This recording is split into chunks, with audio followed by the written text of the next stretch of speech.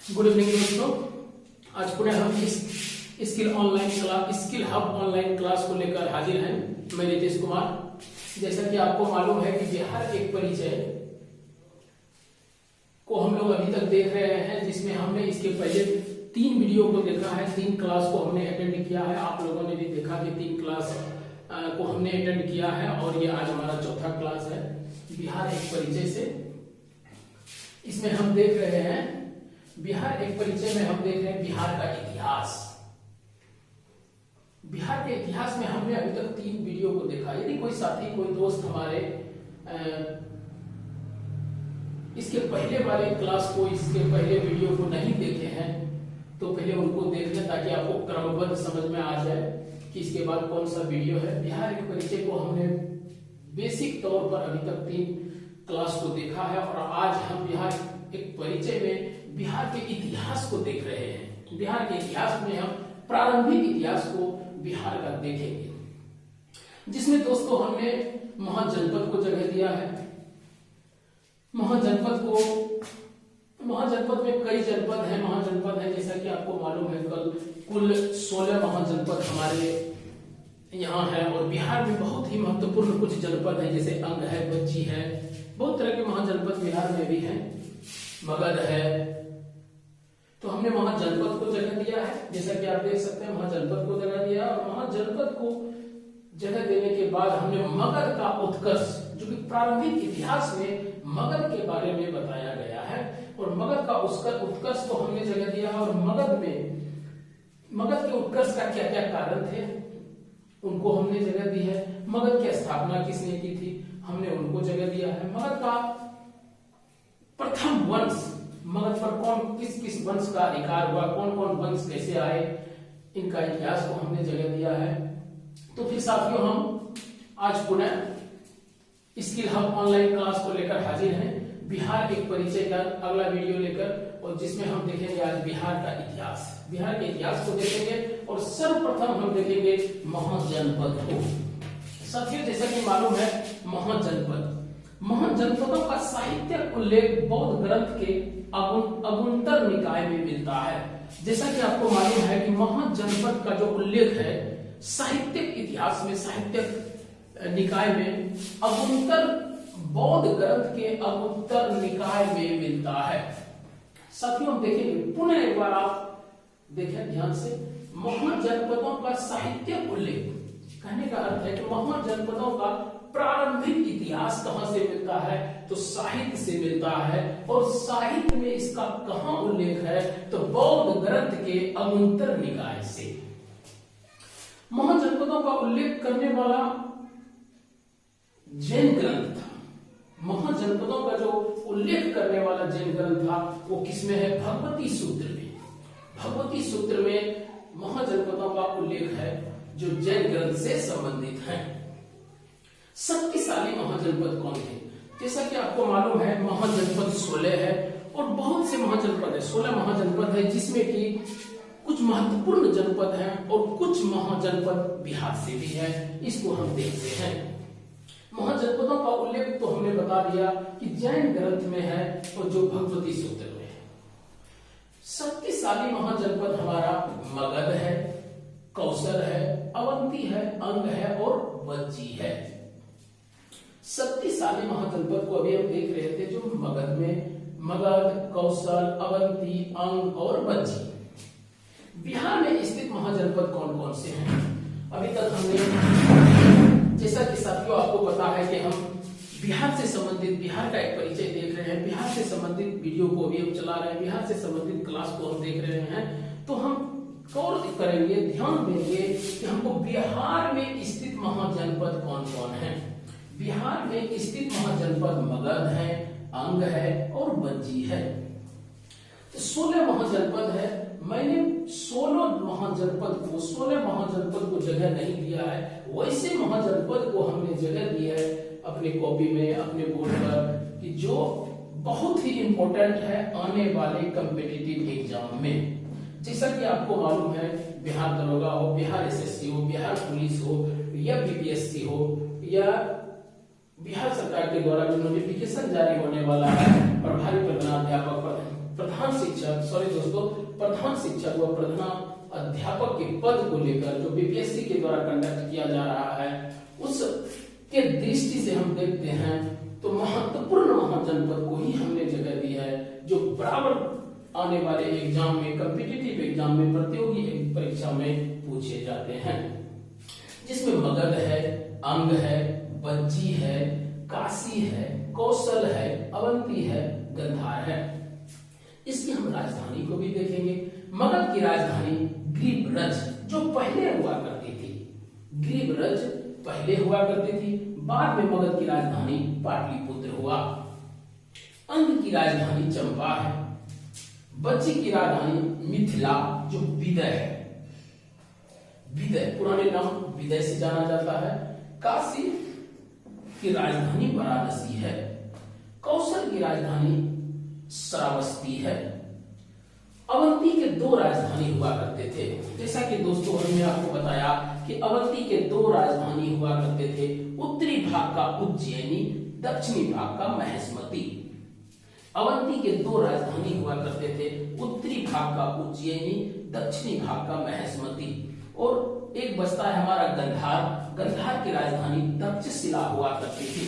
जैसा कि दोस्तों अभी हमने देखा महत्वपूर्ण महाजनपद, और वैसे महाजनपद जो हमारे बिहार से संबंधित है, बिहार से संबंधित महाजनपद को हम एक बार पुनः देखते हैं, मगध, अंग और बज्जी। जैसा कि हम देखते हैं मगध की राजधानी पहले ग्रीवरज हुआ करती थी, बाद में पाटलिपुत्र हुआ करता था। अंग की राजधानी चंपा को आप जानते हैं भागलपुर,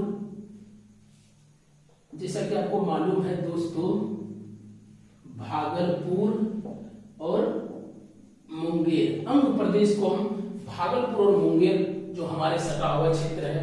बज्जी मिथिला, पुराना नाम इनका विदय है। काशी वाराणसी के बारे में तो दोस्तों आप जानते ही हैं। कौशल की राजधानी श्रावस्ती हुआ करती थी।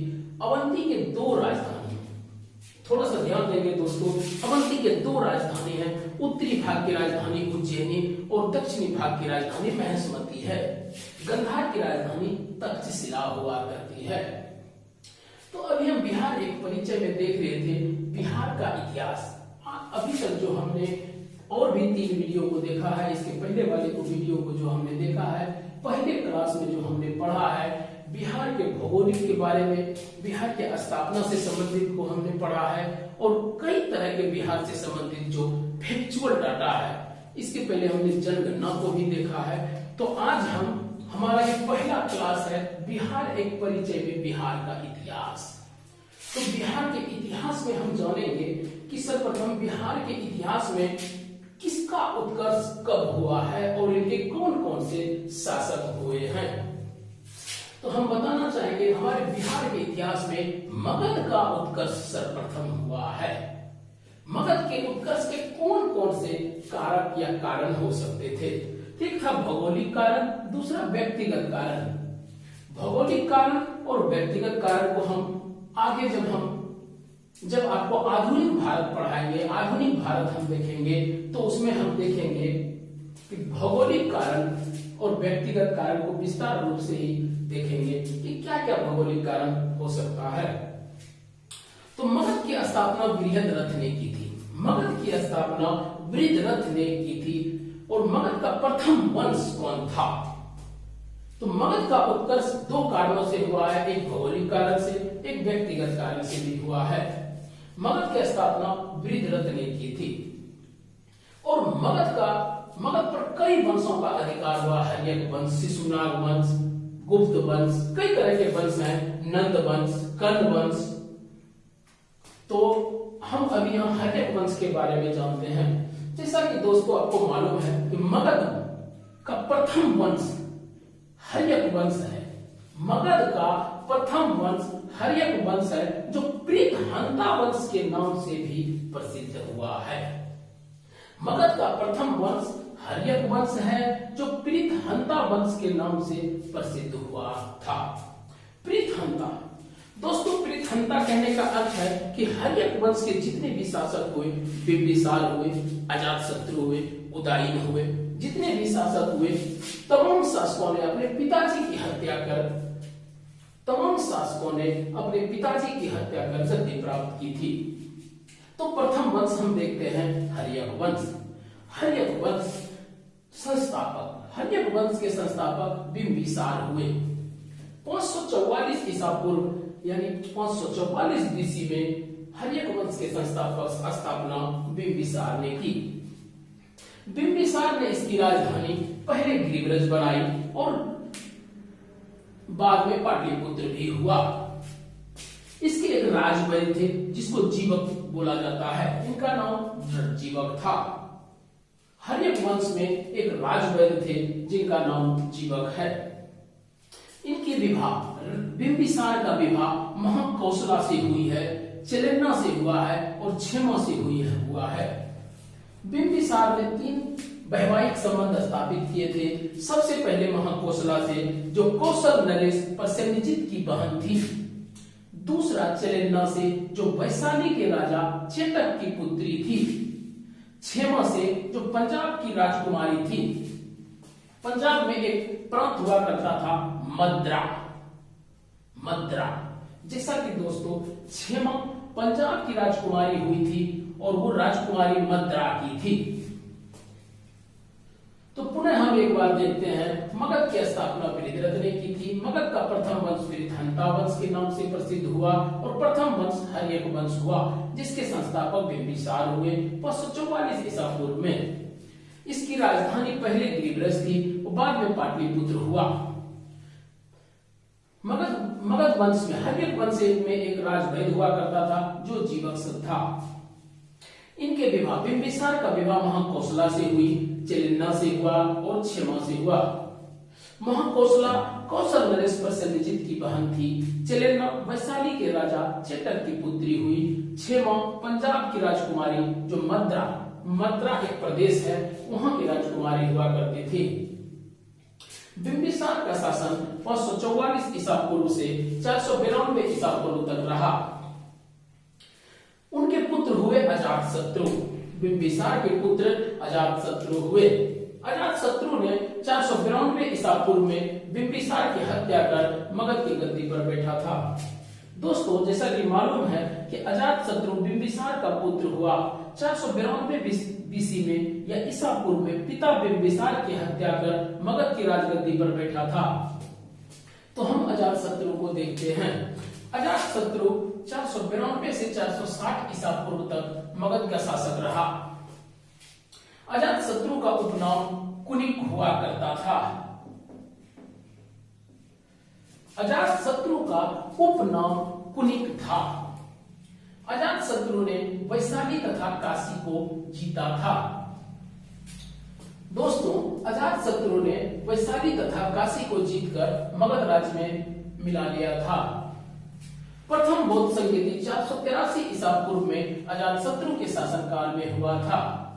और दोस्तों, इससे जुड़ी एक और भी घटना है। महाबुद्ध का परिनिर्वाण 483 ईसा पूर्व में ही हुई थी, जो अजातशत्रु के शासनकाल में ही हुआ था। इसके पुत्र हुए उदयीन। अजातशत्रु के पुत्र उदयीन हुए, जो अजातशत्रु के बाद गद्दी पर बैठा था। उदयीन ने भी अजातशत्रु की हत्या कर गद्दी पर बैठा था। पाटलिपुत्र नगर की स्थापना उदयीन ने की थी और बाद में इसे राजधानी भी बनाया। जैसा कि दोस्तों आपको मालूम है कि मगध वंश का उत्कर्ष, प्रथम वंश हर्यक वंश, दूसरा वंश हर्यक वंश और हर्यक वंश के संस्थापक बिंबिसार हुए। बिंबिसार के बाद अजातशत्रु हुए। अजातशत्रु के बाद उदयीन हुए और हर्यक वंश के अंतिम शासक नागदशक हुए, जो 444 ईसा पूर्व से 412 ईसा पूर्व तक शासक रहा।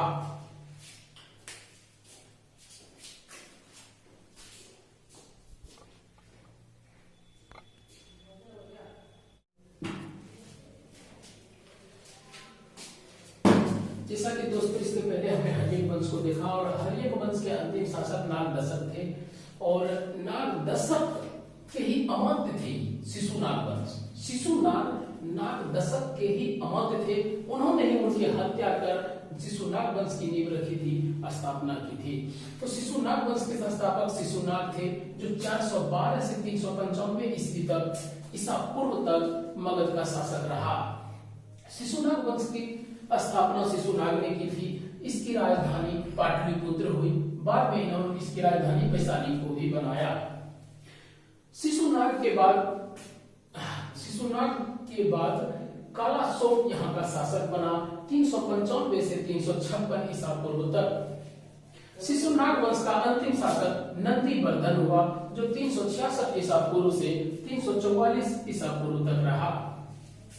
तो दोस्तों, जैसा कि हमने आपको बताया कि हर्यक वंश के अंतिम शासक नाग दशक हुए। नाग दशक के अमात्य हुआ करते थे शिशुनाग, जो नाग दशक की हत्या कर 412 ईस्वी में मगध की गद्दी पर बैठा था और उन्होंने शिशुनाग वंश की स्थापना की थी और राजधानी पाटलिपुत्र हुआ करता था। इन्होंने राजधानी वैशाली को बनाया। इसके बाद शिशुनाग के बाद कालाशोक गद्दी पर बैठा, जो 395 ईसा पूर्व से 356 ईसा पूर्व तक रहा। शिशुनाग वंश के अंतिम शासक नंदीवर्धन हुए, जो 366 ईसा पूर्व से 344 ईसा पूर्व तक रहा। शिशुनाग वंश के बाद नंद वंश का आगमन मगध के गद्दी पर हुआ। दोस्तों, सर्वप्रथम हर्यक वंश के बाद शिशुनाग वंश के बाद नंद वंश 344 ईसा पूर्व से 322 ईसा पूर्व तक मगध का शासक बना। नंद वंश के संस्थापक महापद्म नंद हुए और उनकी राजधानी पाटलिपुत्र हुई। जैसा कि दोस्तों, शिशुनाग वंश की स्थापना जब शिशुनाग ने की थी 412 ईसा पूर्व में, तो राजधानी पाटलिपुत्र था और उन्होंने राजधानी वैशाली को बनाया। और नंद वंश जब शासक बना, जिनके संस्थापक महापद्म नंद हुए, उन्होंने राजधानी पुनः पाटलिपुत्र को बनाया। नंद वंश के अंतिम शासक घनानंद हुए, जो 324 ईसा पूर्व से 322 ईसा पूर्व तक रहा। तो शिशुनाग वंश के बाद नंद वंश की स्थापना हुई। नंद वंश के बाद मौर्य वंश की स्थापना हुई। जैसे कि आपको पता है, मौर्य वंश का एक लंबा इतिहास रहा और बड़ा ही पराक्रमी शासक रहा। इनमें मौर्य वंश के ही शासन में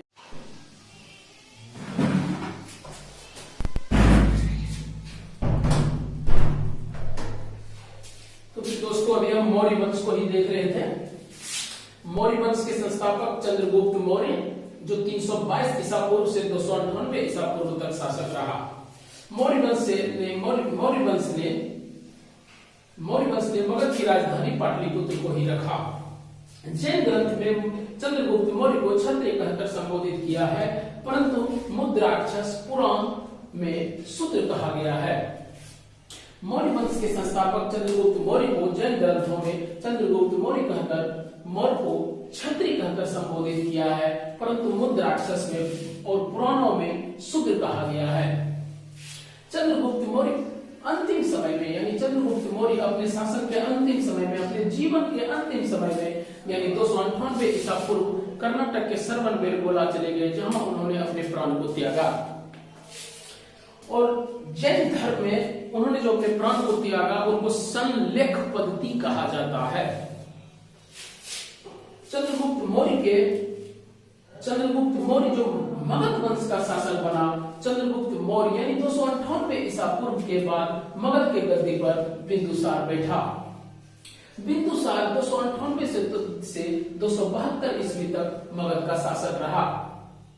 बिंदुसार आजीवक संप्रदाय से प्रभावित हुए थे। बिंदुसार को अमित्रघात कहा जाता था, अर्थात शत्रु विनाशक। जैसा कि आपको पता है कि बिंदुसार अपने शत्रु को क्रूर दंड देते थे, अर्थात मृत्यु दंड से कम दंड नहीं देते थे, इसलिए उनको अमित्रघात कहा गया है, यानी शत्रु विनाशक कहा गया है।